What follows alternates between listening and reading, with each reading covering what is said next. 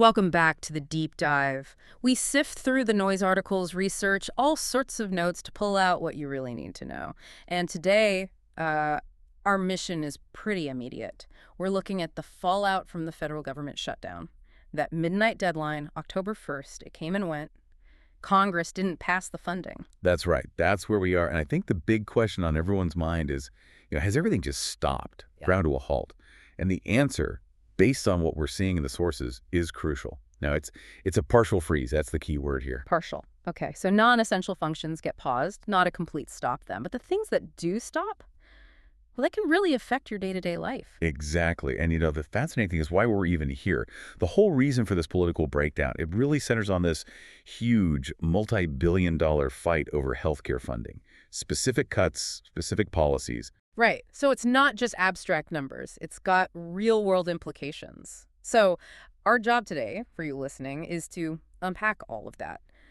We need to look at the politics behind it, sure, but also figure out what services have that sort of legal protection. Things like Social Security, the military, versus what's getting disrupted right now. Yeah, things like getting paperwork processed, maybe loans, even travel plans. That's the practical stuff you need to know. Okay, let's start there then. The political logjam.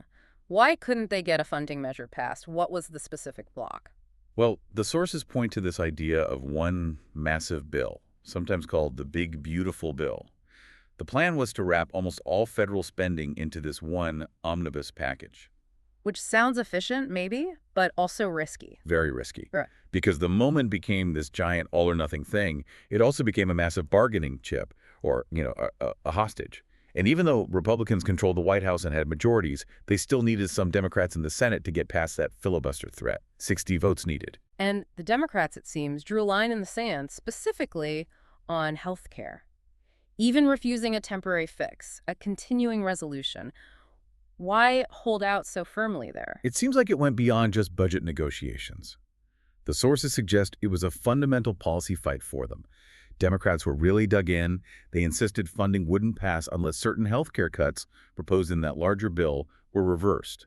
And, critically important, they wanted those enhanced ACA tax credits extended. Ah, the ACA credits. We'll get into those. So for the Democrats, compromising meant accepting what they saw as a major hit to healthcare access. Exactly. They apparently felt that was too high a price to pay, even for keeping the government open temporarily. So that healthcare dispute, that became the main roadblock. Everything else sort of stalled behind it. Okay, so let's get past the Capitol Hill drama and really nail down what this healthcare fight means for people financially. What were these two big sticking points? All right, two huge components. First, those Medicaid cuts. The proposals, set to kick in around 2027, were projected to remove something like 8.6 million Americans from Medicaid over 10 years. 8.6 million? Wow. How? Yeah. What were the changes causing that? Primarily, new work requirements.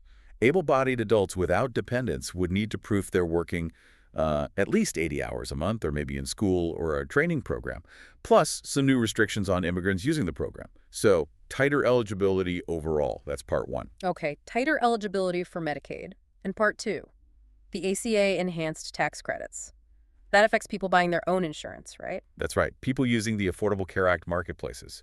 These credits came out of the American Rescue Plan in 2021, and they've been helping millions afford their monthly premiums. If Congress doesn't act to extend them, the expectation is pretty clear. Premiums are likely going up next year. Quite a bit, potentially. And we have a really concrete example of that, don't we, from the KFF analysis. It makes it less abstract. Yeah, it's a perfect illustration. The Kaiser Family Foundation looked at a hypothetical but pretty typical scenario. A 49-year-old couple, one kid, making about $90,000 combined. Without those enhanced credits, they'd suddenly be paying about $2,718 more per year for their health insurance. Over $2,700. That's not small change. That's a real hit to a family budget. Absolutely. It's, maybe a couple of mortgage payments or a big chunk of your utility bills for the year. Real money. And then looking at it from the government side, the scale is just enormous. It really is. The CBO, the Congressional Budget Office, ran the numbers. They found that making these credits permanent would mean about 3.8 million more people insured by 2035, which sounds good, but the cost, it would add around $350 billion to the national deficit over that time. $350 billion. Okay. So you can see the massive political tension there. Insure more people, but add significantly to the deficit. A very tough calculation. A classic Washington dilemma, really. All right, let's pivot now. We understand the why. Let's talk about the what now. The shutdown is happening. What absolutely keeps running? What's protected? Okay, the essential list. Good news here for many. Core financial safety nets are generally okay. Medicare, Medicaid, Social Security payments, those checks should still go out. Mail delivery, too. The U.S. Postal Service runs on its own funding, so that continues. What about veterans, benefits, VA loans? Those continue. Veteran benefits and VA loan processing are considered essential. Also, most IRS functions keep going, especially enforcement. Law enforcement, immigration enforcement, they stay on the job. And passports, if someone has urgent travel. Yes, passport processing is expected to continue. But there's a big asterisk on some benefits, things like SNAP, food stamps, and EBT. They continue initially because there's usually some short-term funding available. But, and this is important, if this shutdown drags on for several weeks, those benefits could be paused. That's a major concern. Okay, so the critical financial and security systems have some resilience. But now, the flip side. What are the immediate headaches? The delays people are likely facing right now. This is where you start to feel it personally. The Small Business Administration, the SBA, they'll likely stop issuing new loans. That freezes capital for small businesses. Homebuyers could face delays too. Mortgages backed by FHA, HUD, USDA expect slower processing. Which could be brutal if you're trying to close on a house, right? Lose your rate lock, miss the closing date. Exactly. It throws a major wrench into potentially the biggest financial transaction of your life. It's not just inconvenient, it can actually derail the whole thing. And travel, beyond just passports. Well, forget visiting many national parks. They're likely closed or severely understaffed. And air travel could get messy. TSA agents, air traffic controllers, they're essential, so they have to work.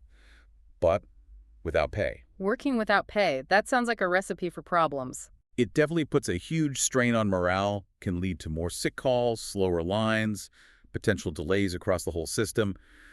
Just generally dealing with any federal agency is likely to be slower, more frustrating. Okay, let's broaden out to the human costs and the wider economy. What does the shutdown mean for the federal workforce itself and for the country's economic health overall? The impact on federal workers is immediate and severe. Yeah. We're talking hundreds of thousands of people. They're either furloughed, basically sent home without pay, or if they're essential, they're forced to work without knowing when their next paycheck is coming. Do we have numbers from past shutdowns for context? Yeah, during the last big partial shutdown, estimates were around 380,000 federal workers furloughed, and another 420,000 had to work without pay. Huge number. And the threat level felt particularly high this time around, even before the deadline passed. It did. There were reports cited in the sources that the White House had actually directed agencies to prepare for mass firings or layoffs of non-essential staff if funding lapsed. Now, the final number of furloughs this time might vary, but that threat, that creates extreme anxiety and uncertainty for federal employees and their families. They really are on the front lines of this. And the ripple effect on the national economy? What do the economists expect? Most anticipate a moderate hit to economic growth overall. And the longer the shutdown goes on, the worse that hit becomes. It's not catastrophic initially, perhaps, but it's a definite drag.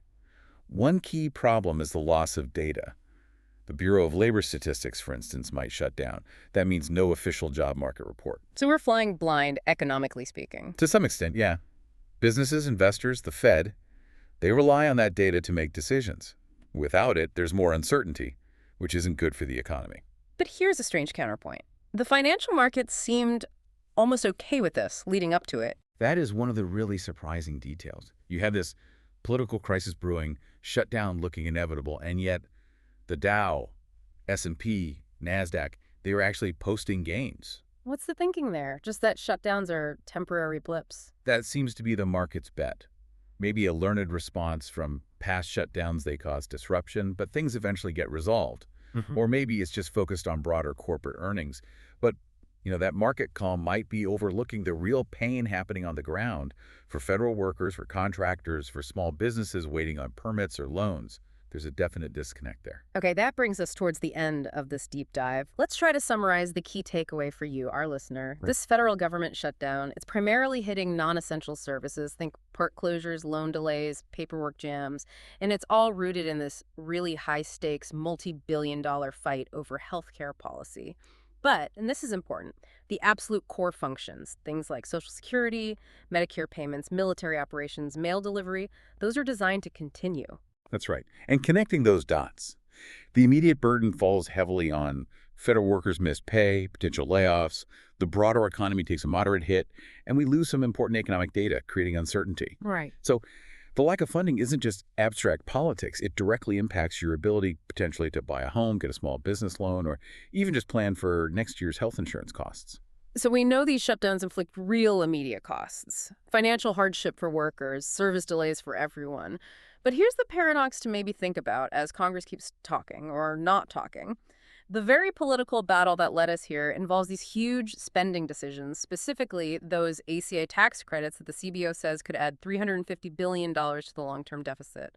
So are we accepting this immediate sharp pain for workers and services now to avoid a future fight about that massive deficit increase? Or is it possible that both costs, the short-term disruption and the long-term deficit impact, are somehow unavoidable parts of this political equation? Something to keep in mind as this situation unfolds.